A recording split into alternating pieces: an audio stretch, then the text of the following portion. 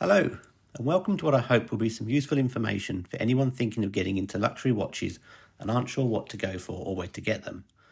This won't make a decision for you, as only you can do that, but it may give you some useful insights into a couple of the most recognisable brands.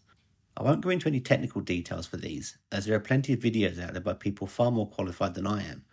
I can no more explain a coaxial movement than I can explain astrophysics, yawning, or the unwavering popularity of reality TV. This is a layman's view of a couple of watches with regard to what they offer in terms of look, feel, wearability, and the all-round experience of having either one on your wrist. These are the type of watches where you look at the time on them, get distracted by the watch itself, and then realise you didn't even notice what the time was. Before we get into the watches, I should say that I'm not some wealthy watch collector, and nor do I consider myself as any kind of watch expert. I'm also not any kind of YouTube expert or presenter either, which will become quite apparent. I've had a love and passion for luxury watches ever since I was a kid and before YouTube was even thought of. We never had holidays when I was growing up. Instead, we'd have day trips here and there. Sometimes that was a trip round London, where Mum and I would look in shop windows around Knightsbridge and be in awe of the prices of some of the watches. We'd look in the windows, and I still remember thinking, one day. If you're into watches, then you'll understand. If you're not into watches and just stumbled across this video due to YouTube's algorithms, then maybe this is fate and you might become converted. There are people that say, why spend so much money on a watch? I bought my watch for £10 at the market. It keeps perfectly good time and just needs a battery every few years. That is true. Most watches these days are perfectly decent and do a great job. Nearly all of us have a mobile phone too, which keeps highly accurate time. But luxury watches aren't just watches, they're conversation starters. Mementos to remind us where life has taken us, and more so to show the value we put on time, which is more valuable than money. So with that said, let's not waste any more of that precious time, and let's have a look at the stars of this presentation. In the boxes in front of us, we have essentially two watches that are very similar but quite different. Two stainless steel dive watches with black dials, a splash of red writing, and a date complication. Yep, we're looking at what it says in the title of the video. The Omega Seamaster 300M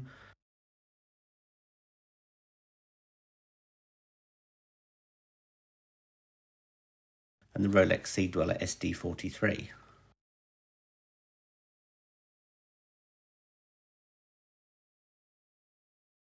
Let's start with the Omega, as that was the first of these that I picked up around 5 years ago. Now this wasn't bought at a boutique but at a duty-free shop. Still a great experience, but one that didn't come with the auspiciousness that you get from a boutique. But does it matter where you get it from? A boutique, duty-free, online, grey market, second-hand, eBay? No, not really. But avoid buying from a random bloke in a pub or down a dark alley. Depending on your budget, get it from where you can, but do make sure it's genuine. Fake ones look very real nowadays, but you'll just be kidding yourself and won't really justify the meaning of the purchase. I don't regret buying from the duty-free shop. I thought I might, but having experienced both, ultimately it doesn't matter.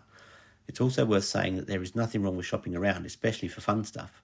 When you pick up the watch, it just comes in some basic plastic packaging, but it does come with the gorgeous presentation box for you to house it in at home.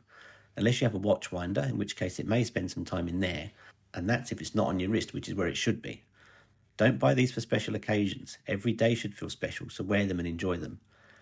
The box has this lovely polished wood, nice silver button, polished finishing on the hinges, and lovely cream leather interior.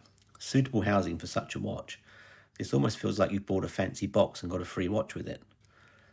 The Rolex was bought just last year at an AD, which was a mixed buying experience for a number of reasons. My overwhelming takeaway from that experience was that it felt like they were doing me a favour by selling me the watch. I found myself thanking them for letting me buy a Rolex. There was prior history to this, which I won't go into now. That's not what the video is for, but I'll share more if anyone's interested. This doesn't come with the same level of luxury packaging as the Omega, and I don't think it needs to, because it's a Rolex.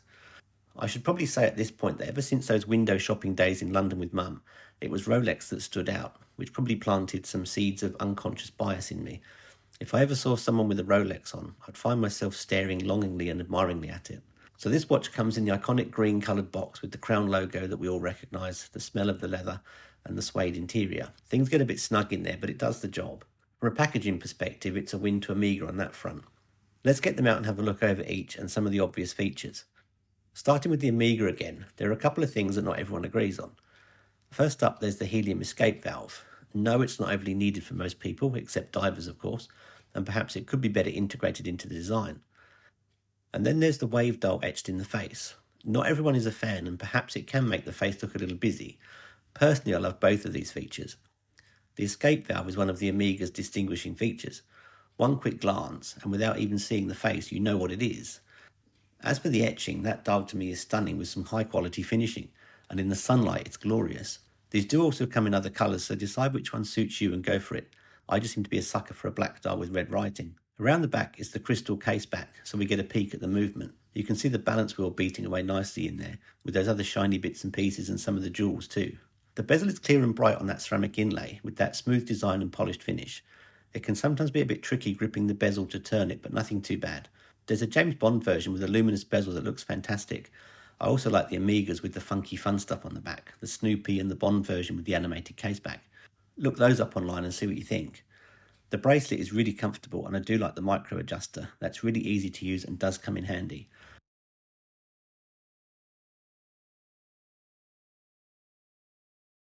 Plus it has the expander for those that like to slip into a wetsuit or other rubbery outfits.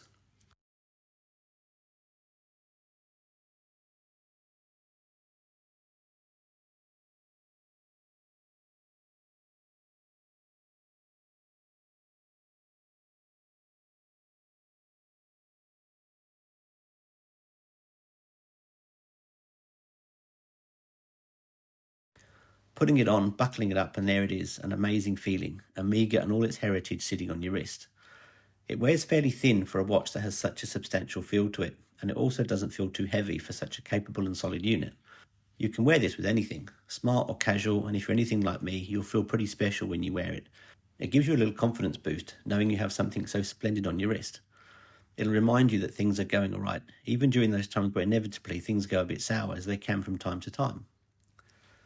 Now what about the Rolex? I think this just has the one feature that not everyone agrees on, and that's the Cyclops over the date. I understand the heritage of this piece not having one, but that was due to the capability at the time. It just wasn't possible. We now live in the modern age and have better capabilities, so I think it should stay. To me, this is one of Rolex's distinguishing features. You see that bubbly thing on someone's watch and you know that's a Rolex. Or, as I've been caught out before, it may be one of those Seikos that look surprisingly similar to a Rolex. The dial is again stunning in a kind of matte black finish. The Sea Dweller there in red isn't quite as legible as the Seamaster on the Omega, and there are some murmurs that there's too much writing on the dial. Maybe that's true, but to me it's fine. The bezel feels more rugged, robust, and far more grippy than the Omega. Always reminiscent of the Bond scene where the bezel cuts through the rope, this certainly feels sharp enough. And yes, it's true, Bond didn't always wear an Omega. The crown is again easy to use and smooth to operate, and does feel tight and safe when screwed down. The case back is closed in, so no view of what's inside, but I do like the contrast of the polished and brushed metal. That's another win to the Omega though, with that crystal case back. Another very comfy bracelet with some tapering from the lugs, and this also has a micro adjuster. Not quite as easy to use as the Omega, by no means cumbersome, but just not as smooth. And yes, that's another win to the Seamaster.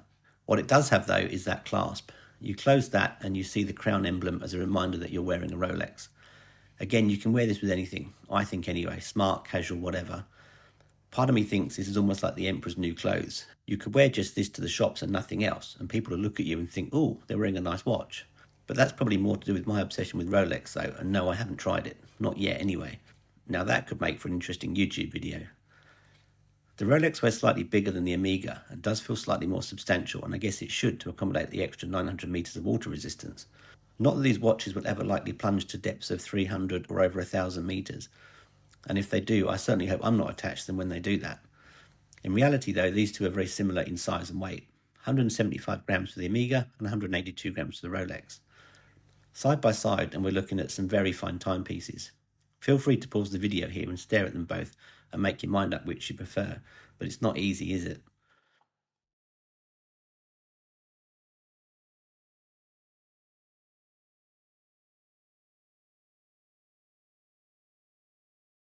The lume is fantastic on both and lasts ages.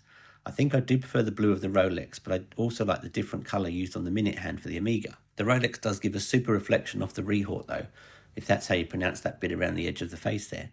But the Omega does have a lume marker for all 12 positions, including the date position. I thought I read somewhere that that's necessary to be considered a properly certified dive watch, but I could be wrong on that. So which one do you get? Let's look at price first. Omega currently retails for 9,850 Australian dollars. They've just had a 2% increase.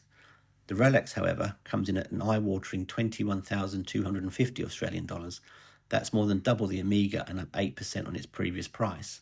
And yes, that's another win for the Amiga, and in fact you could even buy a Seamaster and a Speedmaster for that kind of money. But this isn't ultimately a financial decision. If it is, then go to the market and get that watch for a tenner. To be fair, these aren't really comparable watches either. It should really be the Seamaster versus the Submariner. The Sea Dweller does have higher specs, but notwithstanding, I'm not sure those capabilities justify such a price variance. I had a number of reasons for going with the Sea Dweller and certainly don't regret the decision. As you've heard in the video, Amiga has scored more points here than the Rolex. Great quality, heritage, price point, styling and finishing, the presentation box, the crystal caseback, the better micro adjuster and so on. The Rolex is similar and has a number of attractions too, and I do love the styling and design. But it also has the brand power and the marketing. Hans Wilsdorf certainly knew what he was doing. If you've no preference for a brand, then go Amiga all day long. Choose your colour, style, model, whatever, and go for it. You'll love the feeling they bring. They say you wear an Amiga to impress yourself and a Rolex to impress others, and I'm inclined to agree with that to a point. But I'm certainly impressed by my Rolex though. A feeling I get is that wearing the Amiga, people see you have a nice watch and will admire it and share that with you. I get a different feeling wearing the Rolex, and I'm yet to decide what that feeling is.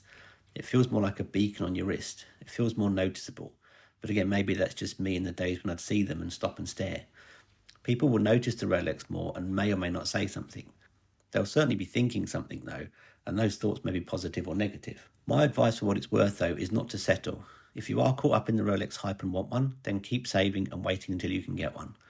I had the Amiga first, absolutely adored it, and it delivered everything it should, but I wasn't done until I had a Rolex. And yes, buying the Rolex did satisfy the watch dream. It was emotional knowing that that was mine, and how proud Mum would have been if she was still around. The collection is now complete. Well, for now anyway, and for a while. Other watch people will know that collections are never complete. We should be clear though, re the Rolex, it isn't just good marketing sitting over mass-produced rubbish. These are top quality watches. I would say though that the Rolex was tarnished ever so slightly by the whole buying process. The wait lists, the relationships needed with the ADs, etc. All the unnecessary jumping through hoops which I don't like. We don't know who's to blame for the difficult buying process and ridiculous waiting lists. Is it Rolex, ADs, flippers, us? Who knows? There's a great video on YouTube from Andrew and Tom from Watchfinder about buying a Rolex versus an Amiga, and it does sum things up brilliantly. If you want to hear more about the buying process, drop a note in the comments and I'll share more if there's any interest. But for now, I'll leave this here. You can decide what's best for you and which one to go for as it's personal choice, but buy it for you and not what you think others will think. Thanks for watching and listening, and I hope this helps anyone thinking of taking the plunge into the world of fine timepieces. Feel free to ask any questions on either watch and I'll happily share more on these things. Happy shopping. Cheers.